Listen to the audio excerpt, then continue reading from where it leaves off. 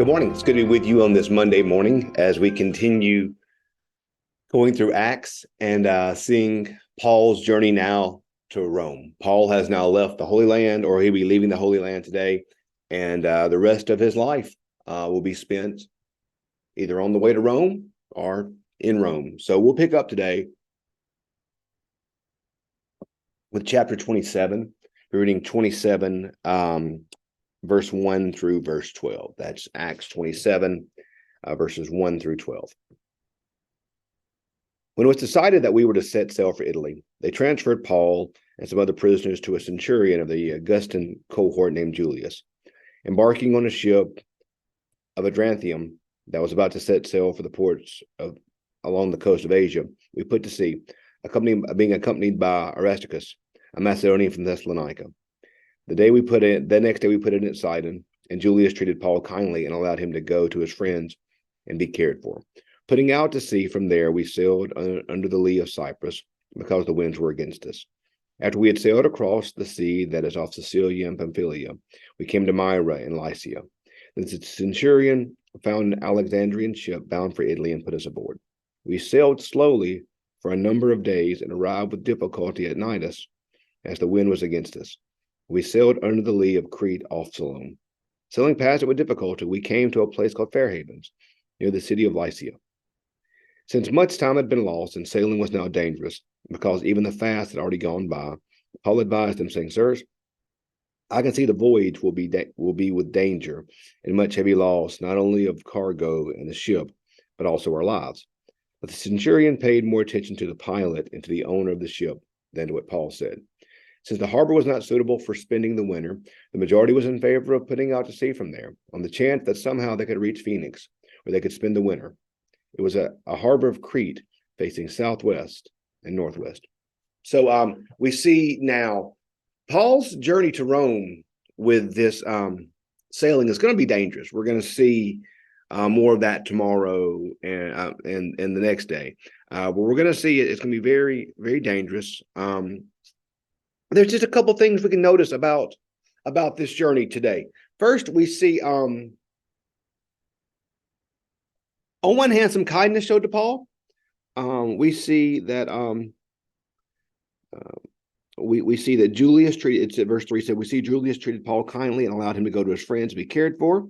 So we see a certain level of respect that Paul has, and we're going to see that when he gets to Rome as well, that Paul is treated for much, if not most, of his journey with a lot of kindness and respect. So we see that here.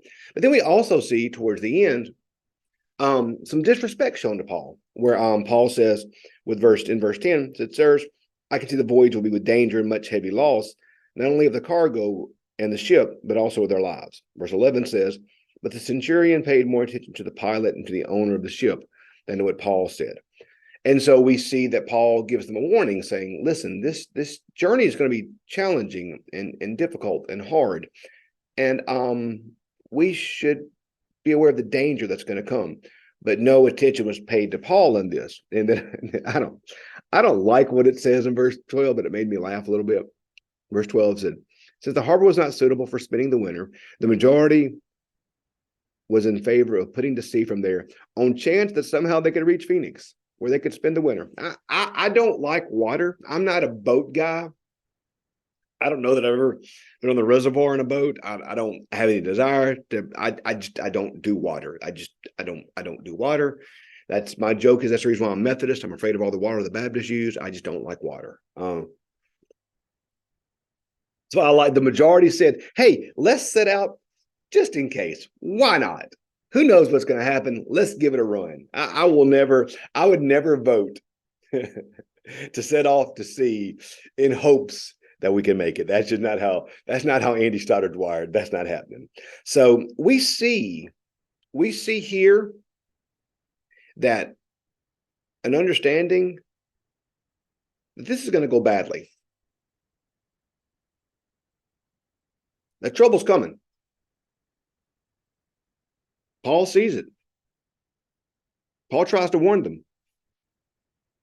Paul says, "Guys, this is going to go bad. We're going to lose cargo. We're going to lose the ship, and we may lose our lives too. Going to go bad."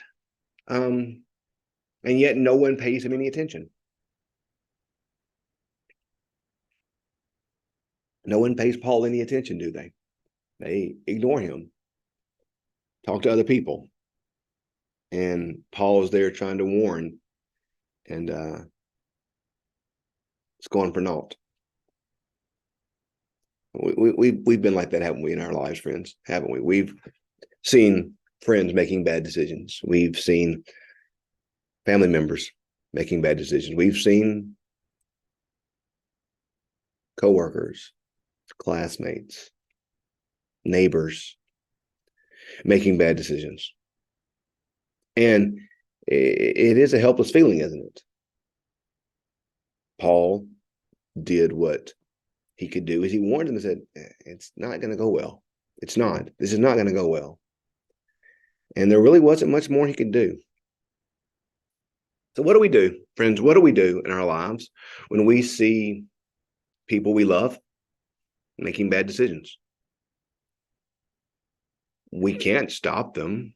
People have free will. They can do what they want to do. I've learned that as a pastor, that there's only so many things I can do. I can't fix everyone or everything. I can only be faithful as best I can. I think, and when we read the rest of the story with Paul, we're going to see what Paul does, and Paul leads and Paul prays. I think one of the things that, not one of the things, perhaps the most important thing that we can do when we see those we love, those that we're in a relationship with, making bad decisions, first we can do what Paul tried to do here, and that's have a conversation with them and say, listen, are you sure about this? You sure this is a good idea? I love you. I'm not mad at you. Just want you to think through what you're doing. Sure about this?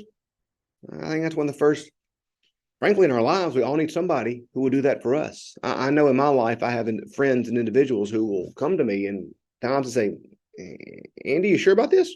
You sure that's a good idea? We all need people in our life that will do that for us. And likewise, we need to do that for others. We need to do that for others. And sometimes we do that for others. And sometimes they still plunge headlong into something that we think will be a disastrous decision. And what do we do then? We continue to love. We continue to be a friend. Continue to be a family member, a colleague. But we pray. We pray. We pray for God to prevent damage if possible. We pray for God to prevent harm. But, let's be honest. Sometimes in my life, what I've needed to learn was harm to become to me. I've needed to touch the stove and see that it's hot so you don't touch it again. That's sometimes pain is the thing that teaches us. So when I see somebody I love making a bad decision or doing something that I'm powerless to stop or fix or whatever, I pray hard for them. First off, if possible, for pain to be avoided, for the decision to not go the way that I think it's going to go. Now, Paul is not just making a guess here. Paul is being led by the Spirit. That's the difference. A lot of times, ours are just hunches. But there's times when God gives us this word or warning, and it goes unheeded. So we love anyway. We love anyway. We pray. We pray. I've always prayed for it not to be as painful as I think it might be. But I always pray, too, that a lesson can be learned and that individuals can grow from bad decisions, that nothing is hopefully destroyed permanently, and that things can be rebuilt and restored. We're going to see ultimately, and this is the great hope in all this. This is the great hope in all these things. When people make bad decisions, it's a great hope. We're going to see that God's going to be at work in all that's going to happen next, that something good's going to come out of it. And I think ultimately that is our great, great hope in the midst of all this, is that God's at work, even in the bad decisions, even when things don't go right, even when things are hard or harmful, even when people are going to do things that are going to be hurtful. Romans 8:28, God can bring something good out of anything, and that there's not a single thing in life that God can't somehow bring some good out of. So Paul warns them, and they don't listen. But we're going to see in the next few chapters, the next two sections, that God will bring something good out of it. So today, be in relationship with folk, love on folk when they make decisions that you might not agree with. Keep loving them. If you can, warn them, say, I don't know about that. Love them anyway. Pray for God to be at work in it, for it not to be as painful as we think it might be. But when the pain comes, for that pain to be an element of teaching for them and for us. So life's not always easy, y'all. Sometimes there's pain and hard stuff, and we work through it. So thanks for being with us. Tomorrow we're going to see what happens next in Paul's journey. So thanks for being with us. Hope you have a great rest of your Monday, and we'll see you tomorrow morning. Have a great day.